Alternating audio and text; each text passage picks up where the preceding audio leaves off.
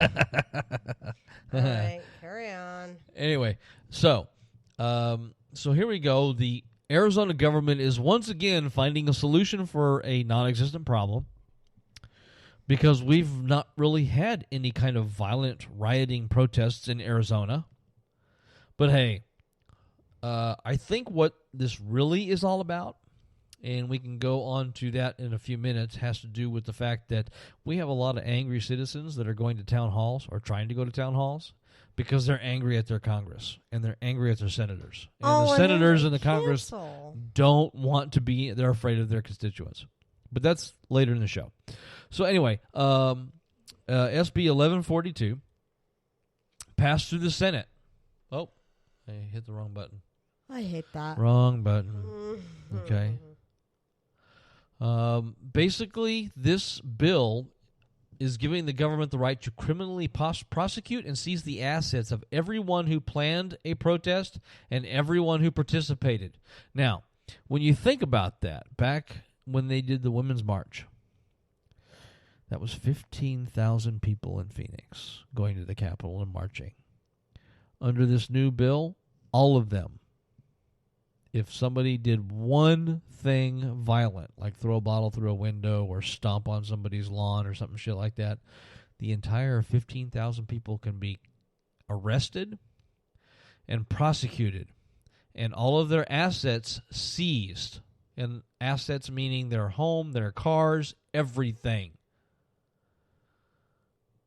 Is that what America's about now? You know what? If any of you out there think that there's not a problem with that, you are part of the problem, and you need to just sit in your home, shut up, and let the smart adults handle everything, because you're obviously unfit as an American, a citizen, I don't know, just an average human being that actually cares about things.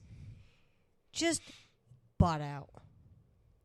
I mean, that is seriously, that is ridiculous.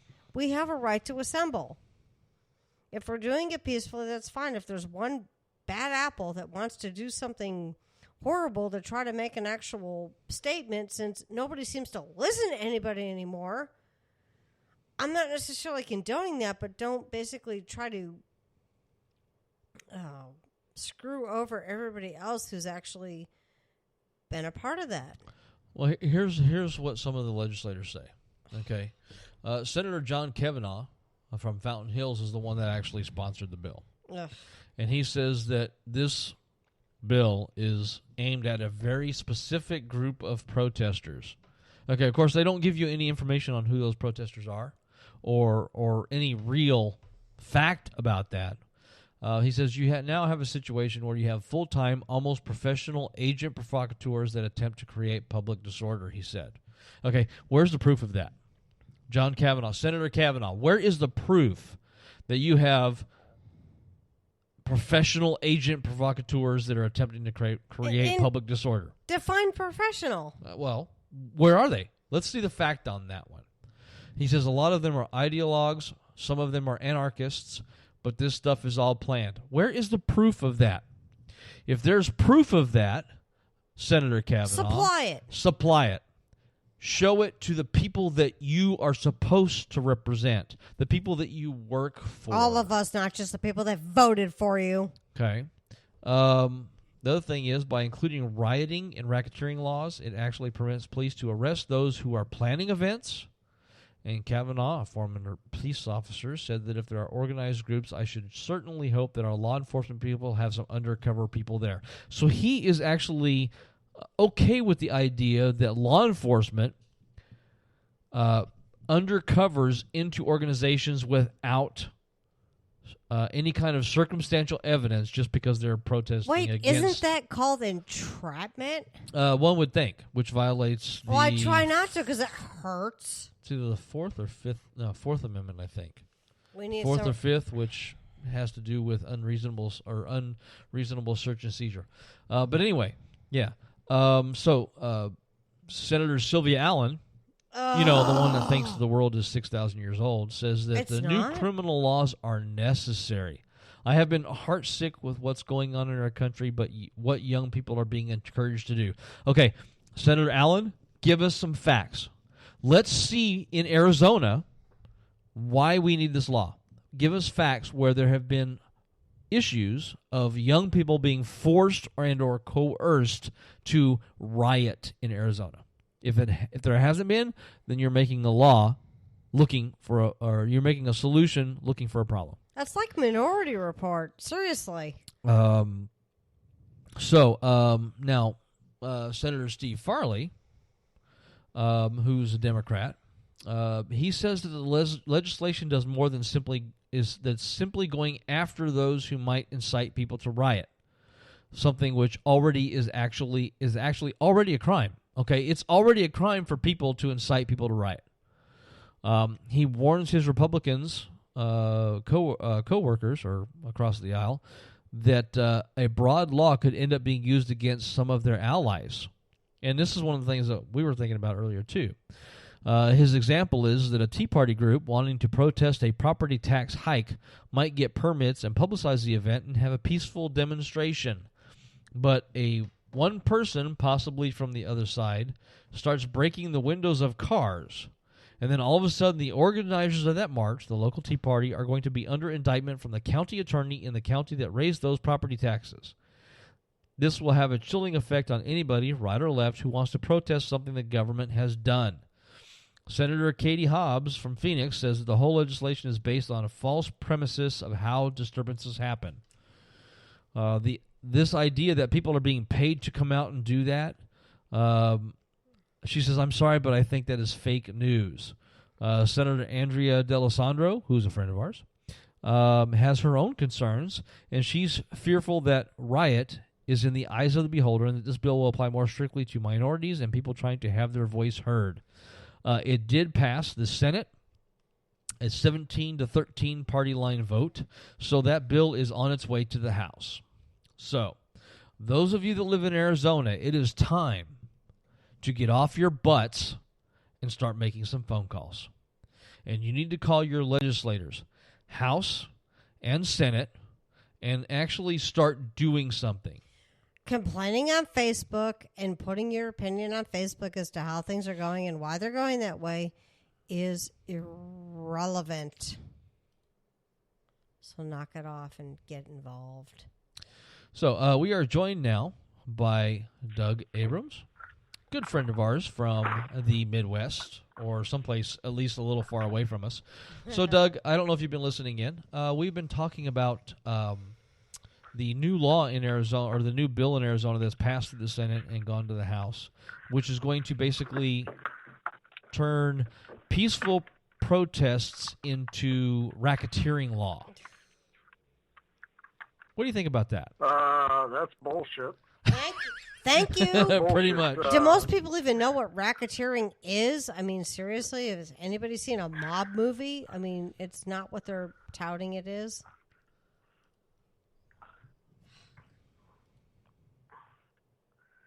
You know, that kind of goes against the freedom of speech.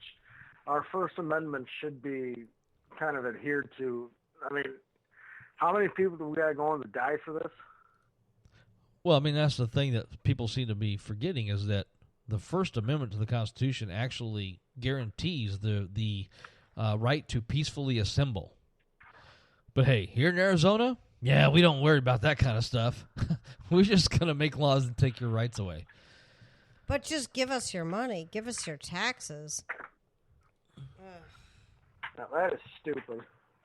Yeah, you missed the earlier part of the show where we actually, I don't know if you saw the news today about the two progressive activists that went to the CPAC and passed out almost 1,000 Russian flags with Trump's name on them, and then all of the audience members were seen waving them when President Trump came on stage. That was an epic troll. Those two guys. I knew nothing about that. Yeah, those two guys, epic troll. That was perfect.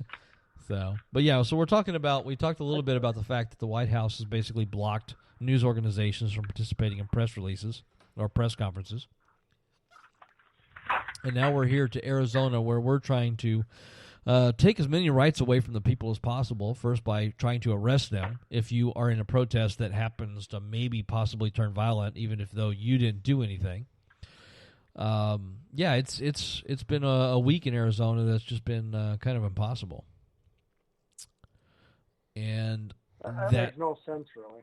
Well, it does if you're... Well, I think, and we're going to talk about this a little later, this ties into the idea that all these Congress people and senators from the U.S., from our federal government, are refusing to have town halls anymore. And I think this kind of ties into that, and we'll talk a little bit about that later. But what they're doing in Arizona is they're trying to erode the rights of the citizens. First, they're saying that if you protest and somebody breaks a bottle on somebody's head, everybody is all of a sudden a rioter, and you're going to arrest them all and take all their property. And we also have the Arizona House that approved measures to curb voter rights, okay, to make it more difficult for ballot initiatives to get on the ballot. Basically, they're trying to restrict Arizona's Citizens Initiative Act, so that people won't, because what happened was this last election cycle, we had a successful ballot initiative that raised the minimum wage in Arizona. And now all these Republicans and the Arizona Chamber of Commerce and Industry and a lot of these businesses are upset that they're going to have to start paying people a living wage. Aww. So, of course, they went to their House and senators that they pay for. And so now they're trying to actually make it more difficult for citizens to be able to actually make citizens initiatives and restrict the voice of the people when the legislature obviously is not listening. Welcome to Arizona, the let's take away your rights state. And if we actually allowed everybody a livable wage, we could get a lot, or not get everybody off of programs, but we could wean a lot of people off some of the, like, SNAP and government-funded programs. So it's like, so you're either going to pay them shit, and then they're going to have to rely on a program, a government program, or you can pay them a livable wage and not have to have such a reliance on the program. I mean, it's a really vicious circle. I don't know why it's because so difficult. Businesses have to pay more money. Well, I understand that, but either way, they're going to have to pay. Right, I understand whether it's that. for SNAP or no, for a livable wage. If it's SNAP, you and I are paying, not businesses. Well, there was that. Okay, but this is that's just a part of the issue. I mean, the whole issue isn't about Prop 206 that raises the minimum wage. It's about the government trying to prevent the people from being able to have initiatives like Prop 206. And that's where we come into problems. They're trying to limit the constitutional rights of Arizona citizens by preventing them or making it more difficult for them to get an actual citizens initiative on the ballot. Well, even if we pass something, they're like, "Oh, we don't care about you, and we're going to override it." Yeah, okay, and that's fine, but that's not part of the issue. The issue that we're talking about specifically is the fact that the state government is trying to prohibit the ability to do any initiatives. So the marijuana initiative may not pass, or may not even get on the ballot. Any kind of initiative to increase education funding probably won't make it on the ballot. It has to do specifically with citizens' initiatives and citizens' right to be able to petition its government, to tell the government, if you're not listening to us, this is what we want to do, which is what happened with Prop 206. We told the government we want to raise the minimum wage. They said no, so the citizens got together and passed it anyway, and now it's law.